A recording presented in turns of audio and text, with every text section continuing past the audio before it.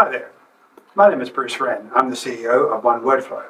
We are an Australian fintech, insurtech, regtech and govtech company based here in Sydney, and we're based out of the Innovation Hub, Startup Hub in York Street in Sydney. Could you please share with us what inspired the innovation of 1WordFlow? Like how to come up with this innovative idea? Was it a personal experience, a market hype, or something else? 1WordFlow, we call ourselves the Netflix of documents.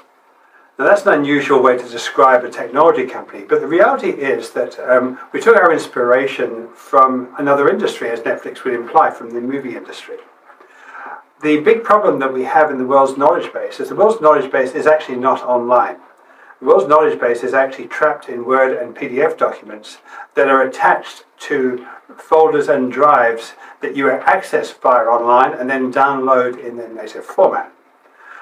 In 30 years, we had not found a way to get the world's knowledge base online so you could go straight to the page you wanted inside the document you wanted. That was not possible because there was no technology to get you there. Because there wasn't a technology, we thought we should actually invent one. And so we took our inspiration from Netflix. Now what Netflix did is it took them only 10 years to wipe Blockbuster off the face of the earth.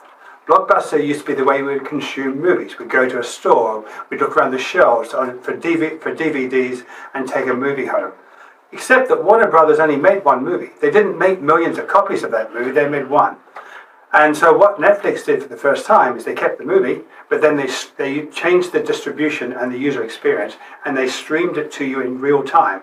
So you could read it, you could actually consume it on the device of your choice, at the time of your choice, in the language of your choice.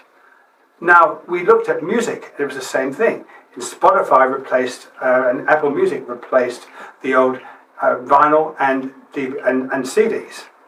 But yet, where the world's knowledge base is, arguably the most important place of all, where we store all mankind's knowledge, we were trapped in a 30-year-old format where we had to search around massive drives of content and then try and find the page we wanted. And the problem is there are duplicates everywhere. There's replication, there's version control problems. No one can find anything. Not surprisingly, because there are 15 trillion documents in the world today. With 1WordFlow, we actually create what's called a digital twin. We take a web-based copy of what you already have, and we always point to the latest version of that. And so people, when they go to one of our websites built with digital twin technology, they can be assured they have the latest version. They have the most up-to-date one, and there's only one copy. No duplicates, no downloads, available in any language, on any device, one click away from any page, because every page is now a URL.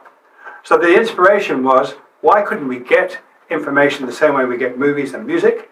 Well, now you can. How has your company developed since winning the Consensus Innovation Award? What benefits or changes have the award brought to your company? The thing about awards is they are seen as a way of other experts looking at a company and just saying, this is special. Consensus has always had a brilliant reputation as being one of the most august awards to win. And we very much wanted to win the Consensus Award. We've won a number of other awards, I might say, as well, so it's kind of been very exciting because we have a very powerful technology. But the thing about Consensus, there's many judges, there's many peers that will look at these technologies to see how is this going to make a profound change for society or for technology or whatever. And they saw something in us that would do just that. And so they should. We are making a profound difference. We are now giving access to anybody on the planet, instant access to any page in mankind's knowledge. And we think that's very powerful. So what has it brought to the company? It's brought credibility. We still have to educate people because they've been doing PDF for 30 years. But by saying, hey, we're a Consensus Award winner, all of a sudden we get that tick in the box, the approval, if you will, say, well, these people are worth listening to. Can you share with us what was the biggest challenge you encountered in creating this product? How did you overcome it? And what did you learn from this experience? So that's a very interesting question about how do we overcome the challenges. There were so many challenges. But the biggest challenge was actually being told it couldn't be done. And it took us a while before we worked out how to do scale. So what we learned to do is we learned to say, well, how would we actually get the knowledge out of a Word or a PDF document and get it to the web? Well, what we did is we looked at the structure of a document. We looked at the heading structure, a section 1.0, 1.1, 1.1.1. We thought, well, hold on, with the table of contents in a Word document, we already can build the structure, but that's where they stopped. And that's where we started. So what we did instead, we said, section 1.0, some text, 1.1. Let's make that a URL. Let's give that block of text an address. If you have an address on the internet, you can share it with anybody on the planet. So that was the first thing we had to do. The second thing we had to do was be able to ingest massive volumes of content.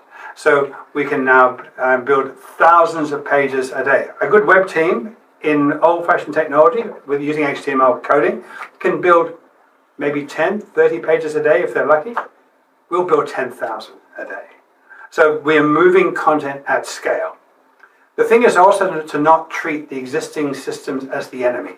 Everybody knows how to use Microsoft Word. It's the language of business. And so we think, well, let's keep it for creating material. PDF is not terrible. It's good for printing. It's good for an archive. But they're both terrible at distributing content. That was the big problem. There was no way to distribute at scale. Well, this new thing called the internet does it beautifully.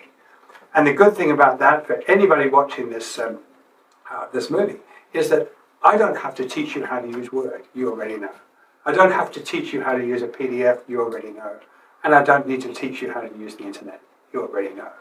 The great thing is you can now access this on your mobile phone in the language of your choice. It'll read the text to you if you have a disability. All the things the web does beautifully that you can't do in a document. Could you please share with us what advice you would give to those interested in pursuing innovation and entrepreneurship? Look, the advice I can always give anybody is that humankind is brilliant at ideas. So the thing about that is we looked for a gap in the market. What was a problem that needs to be solved? Let's not try and solve trivial problems. Let's solve problems that really need to be changed. So when I look at what we've done with our technology, we're using it to make people's lives better. 27% of Australians were not born in this country, yet the government puts out most of its content in English only. So we're saying, well, we can level the playing field there. We can make it much, much better. 60% of internet connections start on a mobile device. 95% of content out there in documents is not mobile optimized. You have to download a PDF, or you have to scroll through it. It's awful. So solve a real problem. The other thing about the internet is it amplifies a message. So, and this applies to lots of other industries, but you want to amplify a message. So we have huge problems in climate change, in ESG, in a digital divide. Well, technology is a great leveler. So that by the internet, I can, if someone has the URL of, say, a large climate change paper, what's the choice? Right now, you can download the PDF, and 200 people will download it. On the internet, we can give you the data of how many thousands or millions of people read what page, in what language, how long they were there, what their pathway was through. So make a difference is the thing I would say. And the other is back yourself. Say, look, I've got a big idea. Is it commercially viable? Yes, it is. And two other things is don't try and do everything by yourself. Go and seek advice. I have an advisory board of 10 members. And these people have domain expertise that I perhaps don't have. So I've got someone to ask, someone to mentor me, someone to argue with me to say, that's a really crap idea or that's a really good idea. So the whole thing there is, entrepreneurship is about having the idea. Innovation is making it as a good idea, but execution is everything. And you need capital, you need advice, and you need to know how you're going to do it. So surround yourself with smart people.